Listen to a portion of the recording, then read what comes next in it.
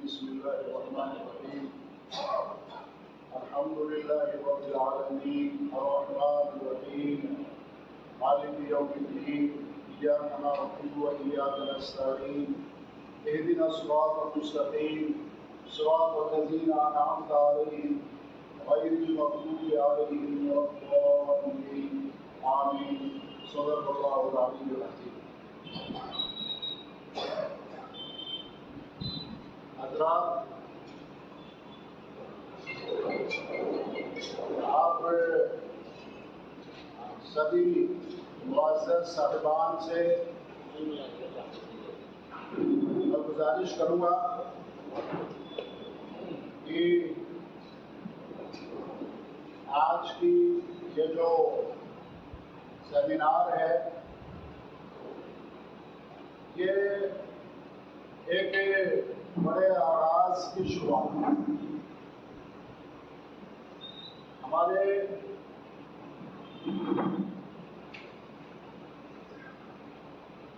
मुल्क में कई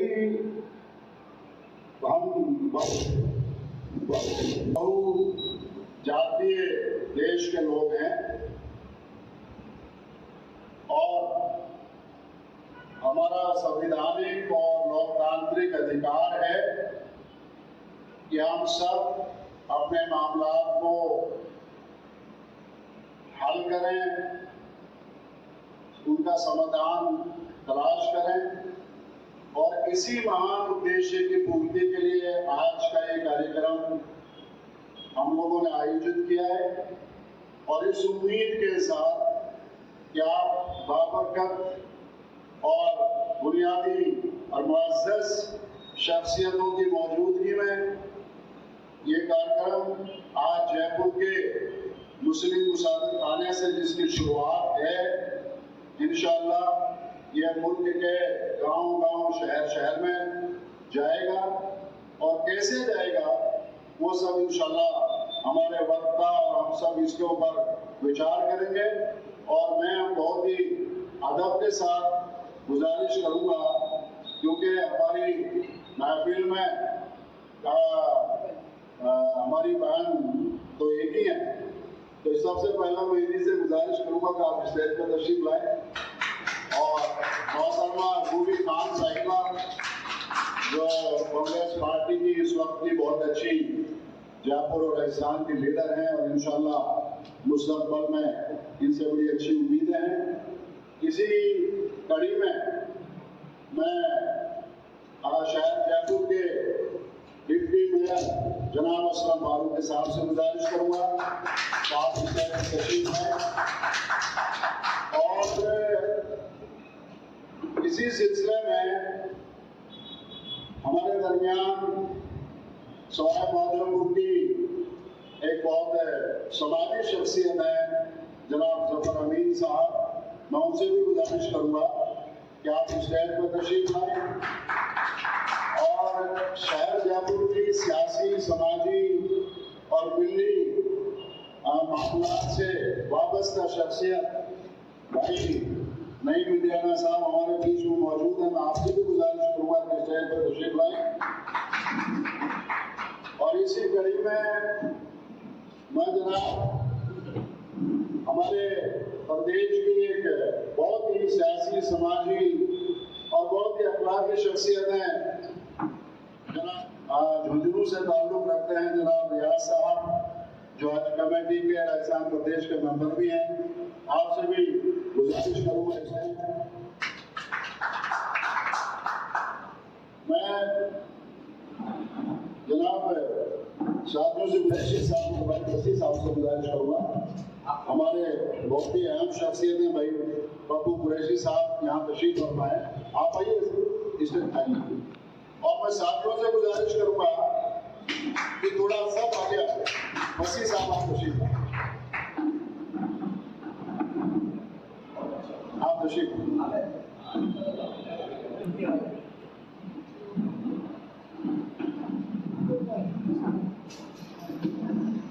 जय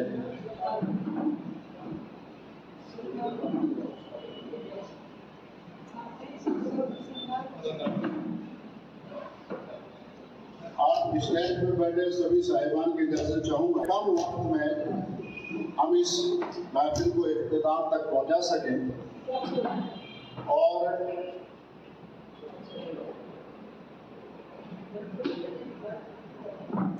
इजाजत है।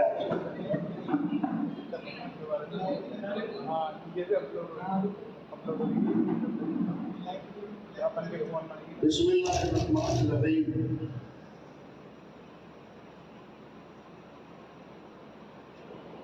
मैं सबसे पहले तो आप सभी साथियों को ये बताना चाहूँगा कि हम सभी इस सेमिनार में शामिल हैं। सवाल जवाब के रूप से भी हम बात करेंगे और ये तरीका है, ये आपके लिए भी सम्मानीय लोग हैं, मेरे लिए भी सम्मानीय लोग हैं।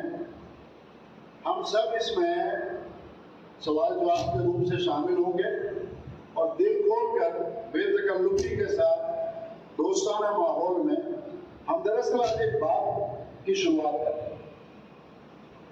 और बात की शुरुआत में सबसे पहले, ताकि मेरे बाद जो वक्ता अपनी बात रखें, मैं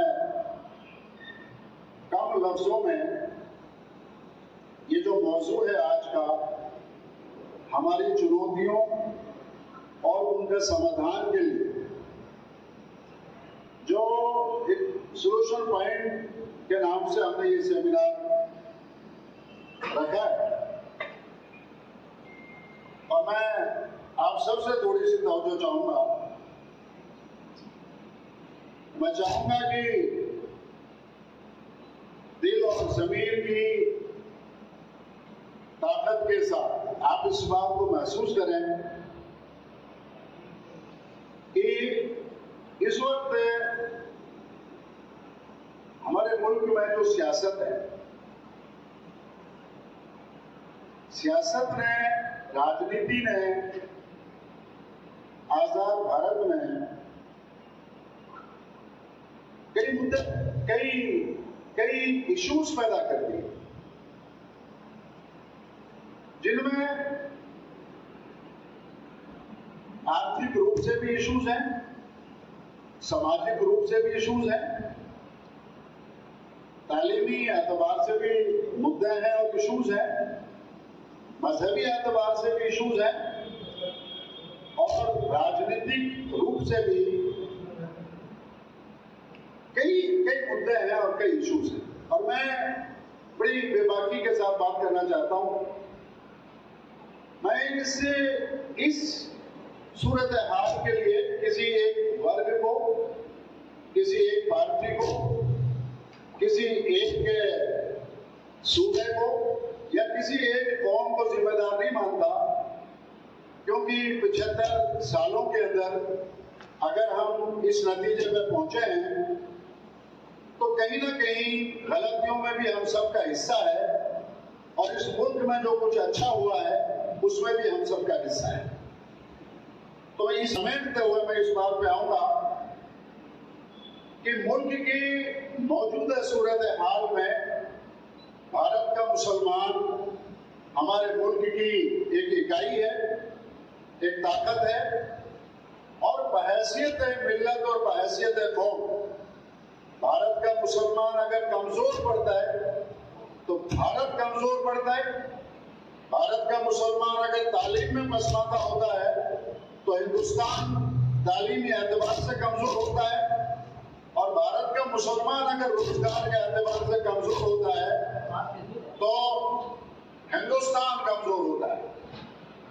और हमारा हिंदुस्तान कमजोर ना हो, इसके लिए आज हमने ये सोल्यूशन पॉइंट सेमिनार का कार्यक्रम बुलाया है और इसमें मैं सिर्फ 2 बात मैं आप सबके सामने रखना चाहूंगा और उसी लाइन में इंशाल्लाह हमारे दूसरा वक्ता आपके सामने रहनुमाई रखेंगे। देखिए, हमारी मुख्तसर सी रोइदा 2 लफ्जों के अंदर है। एक हमारा गुजरा हुआ कल है और एक हमारा आने वाला कल है। अगर हम बहैसियत है भारतीय मुसलमान अपनी चुनौतियों को समझने की कोशिश करेंगे और उनका समाधान ढूंढने की कोशिश करेंगे तो लाजमी तौर पर हमें गुजरे हुए कल में जाना पड़ेगा। हमारा गुजरा हुआ कल बहुत कैसा कल है। मैं मुल्क के जुगे तमाम बहन भाइयों से, देश की 36 बिरादरी से, युवाओं से बड़ी अदब के साथ ये गुजारिश करूंगा कि हमारे गुजरे हुए कल को समझने की कोशिश की जाए। और हमारा गुजरा हुआ कल ये है कि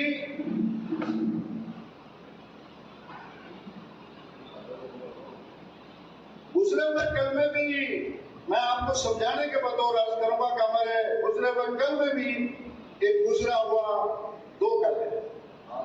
एक वो है कि जो मुगल बाबर से जो एक दौर शुरू होता है और बहादुर शाह जफर पर खत्म होता है, और एक वो दौर है कि जो बाबर से पहले शुरू होता है और जब से हमारी इस अजीम शान सरजमीन पर, भारत की पाक धरती पर मजहब इस्लाम का पवित्र पैगाम आया है। उसके अंदर पहले दौर में तारीख में हमें ख्वाजा गरीब नवाज मिलते हैं, सैयद सलार मसूद गाजी रहमतुल्लाह अलैह मिलते हैं, हजरत निजामुद्दीन औलिया रहमतुल्लाह अलैह मिलते हैं, हजरत ख्वाजा कुतुबुद्दीन बख्तियार काकी रहमतुल्लाह अलैह मिलते हैं, हजरत अमीर खुसरू रहमतुल्लाह अलैह मिलते हैं, हजरत अबू अली कलंदर शाह पानीपती रहमतुल्लाह अलैह मिलते हैं, हजरत बाबा फरीद गंज शकर रहमतुल्लाह अलैह मिलते हैं, हजरत जमालुद्दीन हासवी रहमतुल्लाह अलैह मिलते हैं, ख्वाजा साबिर कलेरी रहमतुल्लाह अलैह मिलते हैं, और बेशुमार सूफिया औलिया इकराम और बुजुर्गान दीन इस सरजमीन के ऊपर हमें मिलते हैं, जो हमें तारीख फरिश्ता में मिलते हैं, जो हमें इब्ने बतूता के सफरनामा में मिलते हैं, और जो हमें कई अरबी जबान की किताबों के अंदर मिलते हैं। और वो दौर भारत का एक ऐसा दौर होता है कि जिसमें इंसानियत का बहुत बोलबाला होता है। दूसरा दौर हमारा मुगलिया दौर है, जिसकी वजह से कई गलतफहमियां हमारे मुल्क में पैदा होती हैं। मुगलिया दौर बाबर से शुरू होता है और बहादुर शाह जफर पर खत्म होता है। इस दौर के बारे में अगर हम बहुत मुस्बत नजरिए से बात को तारीख की और आंख से रोशनी से सामने लाते हैं तो सबसे अच्छी बात यह मिलती है कि इस दौर के अंदर भारत तहजीब व तमद्दुन में, इल्म व हुनर में, यहाँ के इकोनॉमिकल हालात में, आर्थिक मामलात में ये तारीख गवाह है। मैं नहीं कहता हूँ इस बात को, दुनिया के हर समाज के लोग कहते हैं, अंग्रेज कहते हैं, हमारे इस देश के हर वर्ग के इतिहासकार बताते हैं कि उस वक्त खुशहाली में इस मुल्क का यह आलम था कि सोने की चिड़िया हमारे देश को कहा जाता है। लेकिन मैं उसमें नहीं जाऊंगा।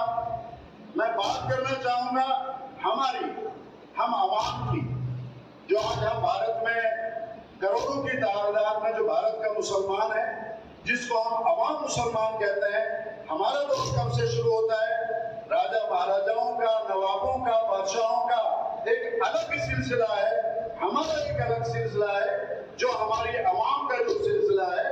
और मैं उसी के ऊपर आपकी तवज्जो चाहूंगा और मैं देश को बताना चाहूंगा कि भारत का ये जो मुसलमान है, मैं कड़वी बात नहीं करना चाहूंगा, कई लोग कई तरह की बात कहते हैं, उसमें नहीं जाना चाहूंगा।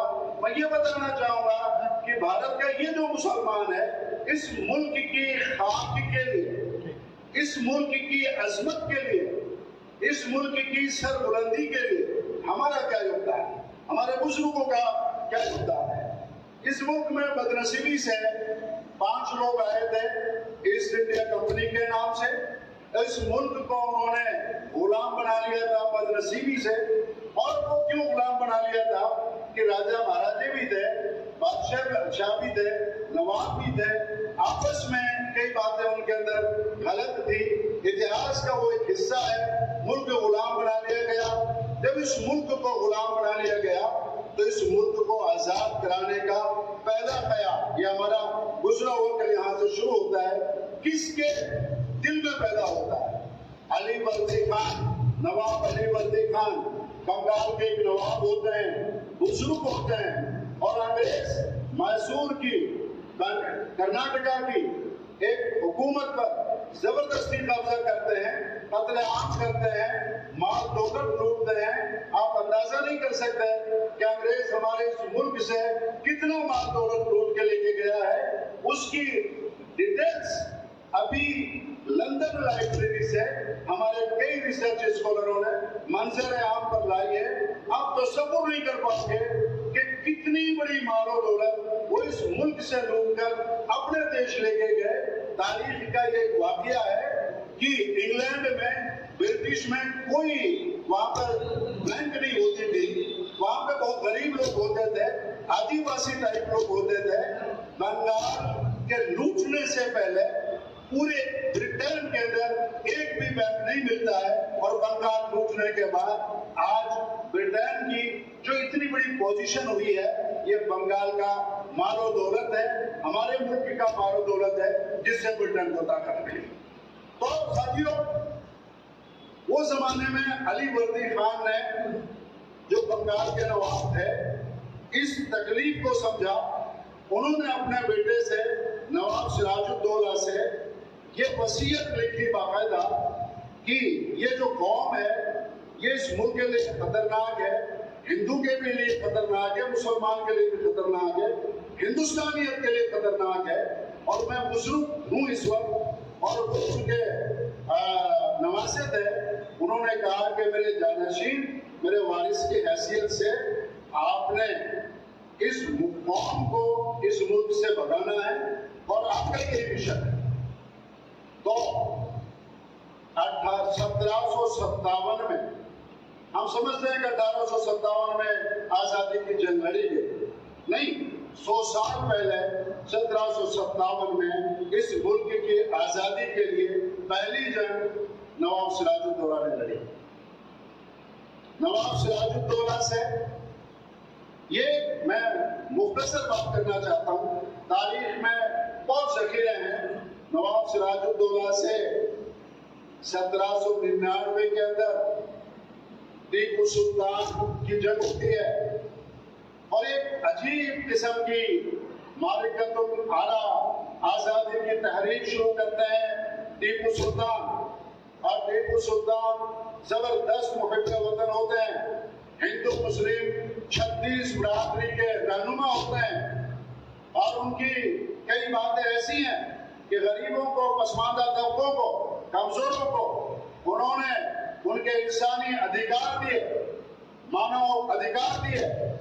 वहां अंग्रेज की नजर में नवाब सिराजुद्दौला के बाद जो सबसे बड़ा दुश्मन होता है वो टीपू सुल्तान होते हैं, और टीपू सुल्तान के साथ जंग होती है। और उस वक्त के राजे महाराजे और कई नवाब उनके साथ भी गद्दारी करते हैं। वो वहीं से मीर जाफर का एक नाम शुरू होता है, और इनके साथ भी गद्दारी होती है, और बंगाल में मीर जाफर पैदा होता है, तो कर्नाटका में मीर सादिक पैदा होता है, और धोखे से मीर टीपू सुल्तान को भी शहीद कर दिया जाता है। और उसके बाद 1803 में हजरत शाह अब्दुल अजीज रहमतुल्लाह अलैह, जो उस दौर के एक बहुत बड़े रहनुमा होते हैं, बहुत बड़े आलिम होते हैं, और वो फतवा देते हैं अंग्रेजों के खिलाफ, और लोगों को कहते हैं कि अंग्रेजों से इस मुल्क की आजादी हमारी सबसे बड़ी जिम्मेदारी है। इसलिए 1803 से बाकायदा आजादी की तहरीक का अवामी सतह पर आगाज होता है।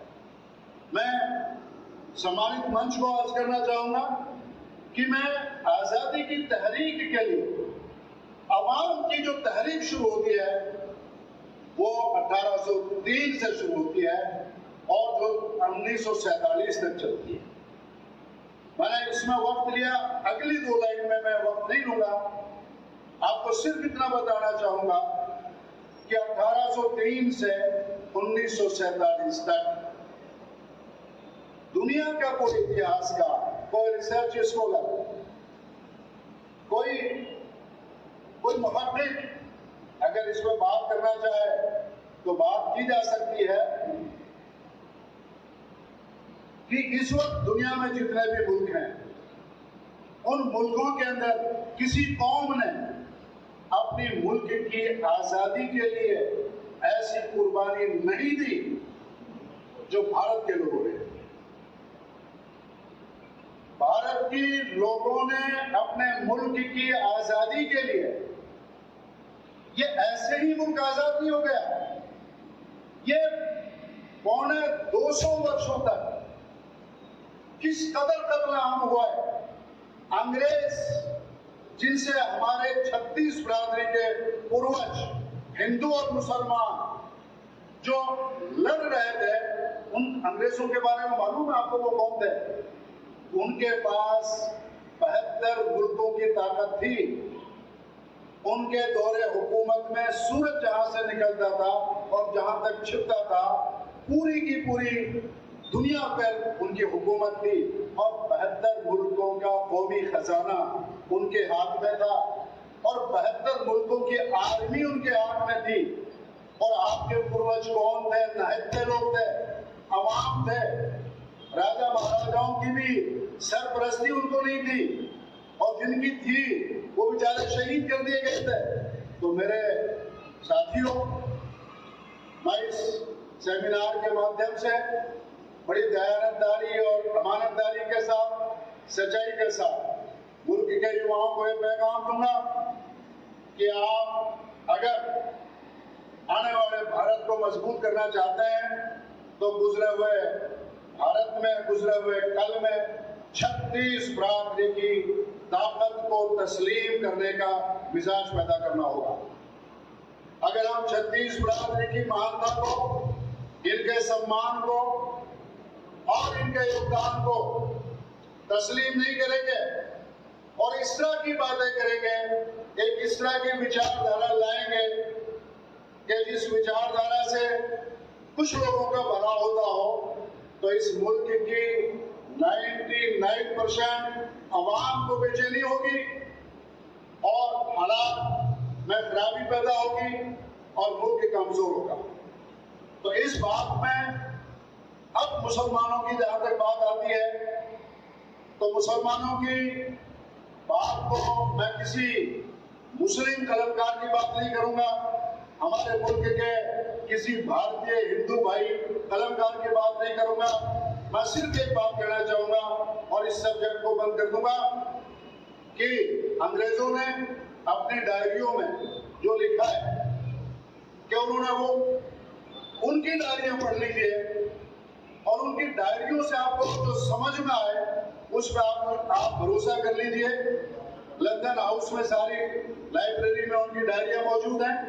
वो जो अधिकारी होते थे, अपनी सरकार को जो रिपोर्ट लिखते थे, उसमें वो लिखते हैं कि चांदनी चौक पे तोप लगाकर वो दिल्ली के, मेरठ के, राजस्थान के, मुल्क भर के जिम्मेदार मुसलमानों को पकड़ के लाते थे और तोप के दाने में रखते थे, फिर तोप चलाते थे।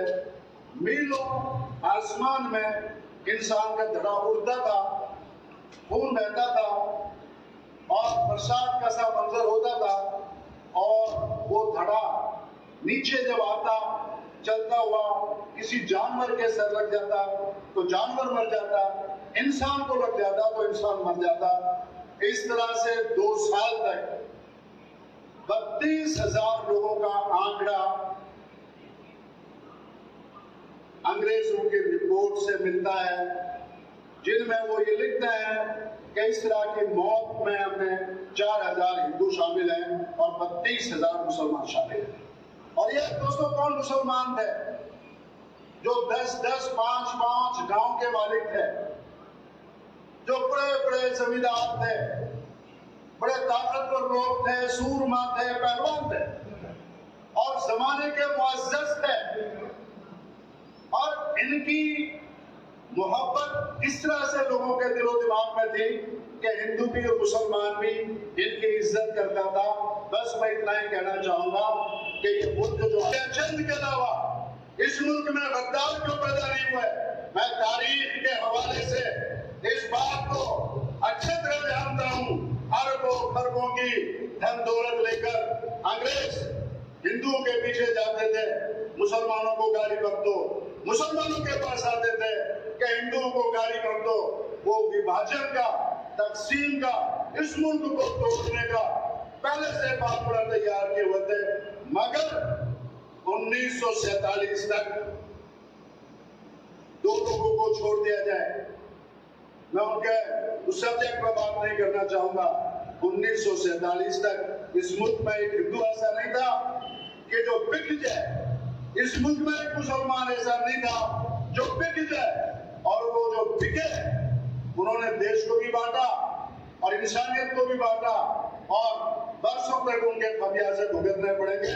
तो मैं आज की इस कार्यक्रम के माध्यम से आपको आखिरी तौर पे पैगाम देना चाहता हूँ। हमारा मुल्क बहुत खूबसूरत है और इस मुल्क की एकता अखंडता को बरकरार रखने के लिए हम मुसलमानों को भी बड़ी मेहनत करनी होगी, क्योंकि हमारे बुजुर्गों ने इस मुल्क की आजादी के लिए कुर्बानी दी है और अब हमने इस मुल्क की मजबूती के लिए अपना दिल दिमाग और अपनी कुर्बानियां देनी होंगी।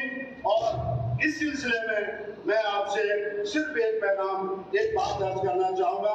साथियों, किसी भी मुल्क की तरक्की उसकी 5 नीतियों पर आधारित होती है। और 5 नीतियां क्या होती हैं?